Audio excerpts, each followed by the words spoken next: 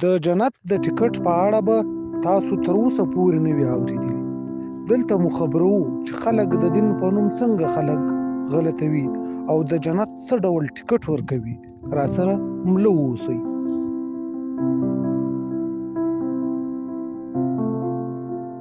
د رومن کاتولیک کلیسا په ټوله نړۍ کې د عیسویت تر ټولو لوی مکتبه فکر دی. تر صلیبي جنګونو پورې کلیسا بلا شرکت پر لویدیځ او اروپا واکمنه وه. د هغې سلطنت په سیاسي، ټولنیز او روحاني توګه شتون درلود. د رومن کاتولیک کلیسا بنسټیزه عقیده دا وه که څوک تر مرګ مخکې توبه وکړي، ښه عمل وکړي، خدای به هغه په دوزخ کې نه اچوي. هغه به د جنت او دوزخ ترمنځ په پل صراط نومي ځای کې ساتل کیږي. خدای دا واک هم کلیسا ته ورکړی دی. څوک چې له مرګ وروسته هلته وي هغه جنت ته داخلولی شي.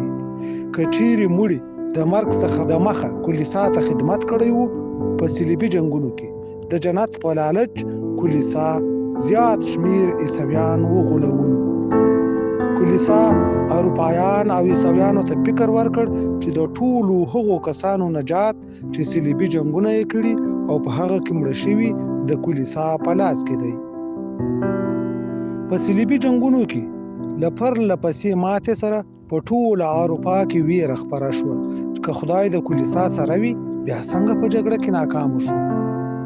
د جنګونو له پای ته رسېدو سره سم د کلیسا د جنت پلورلو کاروبار په ټپه ودرېد. وروسته یې د جنت د ټکټونو پلورل پیل کړل. په 11مه زېږدیزه پیړۍ کې پاپ اربن دویم د نړۍ پادریانو ته اجازه ورکړه چې د جنت ټکټونه وپلوري. د ټکټ د ترلاسه کولو لپاره د خلکو کتارونه ورته ودرېدل. بیه به د هغه د ګناهونو د حساب په برابري ټاکل کېده. هر ګناهګار به پادري ته د خپلو ګناهونو جزیات ورښودل. بیا به پادري له 100 تر 1000 کلونو په جنت کې د ژوند کولو اجازه ورکړه. دې لړۍ تر 1823 زېږدیز کال پورې دوام وکړ. خو له بده مرغه چې د جالت دا لړۍ 200 کاله وروسته لا اوس هم په مسلمانانو کې روانه ده. دا مهال په افغانستان کې د طالبانو حکومت دی چې دوی یو شرعي او اسلامي حکومت بولي چې له دې امله د اسلام په نوم په خلکو ډېر محدودیتونه لګولي دي او د دې ترڅنګ د پښتونخوا ملایان هم د اسلام په نوم کاروبار کوي او له اسلام څخه دکانداري جوړه کړې ده. څه موده مخکې دلته انتخابات کېدل. ملایانو په منبر خلکو ته ویل چې رایه ملایانو ته ورکړي، جنت به مو ځای وي. خو دغه ملایان چې د انتخاباتو لپاره لالاهان د ګرځېدل، د انتخاباتو د ګټلو لپاره یې منډې ترړې وهلې او روپۍ شیندلې او په پاکستان کې انتخابات د ځان لپاره روا بولي، خو همدغه ملایان بیا په افغانستان کې انتخابات ناروا او له اسلام سره په ټکر کې بولي. دوی دا خبرې ځکه کوي چې د امریکا لخوا امتیازات ورکول کیږي، نو دوی د شخصي ګټو په پام کې اړ دي چې اسلام د خپلو ګټو مطابق تشریح کړي.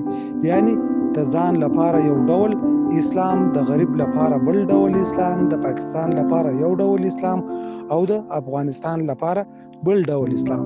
خو په حقیقت کې اسلام په ټوله نړۍ کې په انسانانو یو ډول تطبیق کیږي. د دې ترڅنګ څو ورځې مخکې د پاکستان په پنجاب کې د حلوا یوې کمپنۍ غوښتل چې د اعلاناتو لپاره یو ویډیو کلیپ جوړ کړي.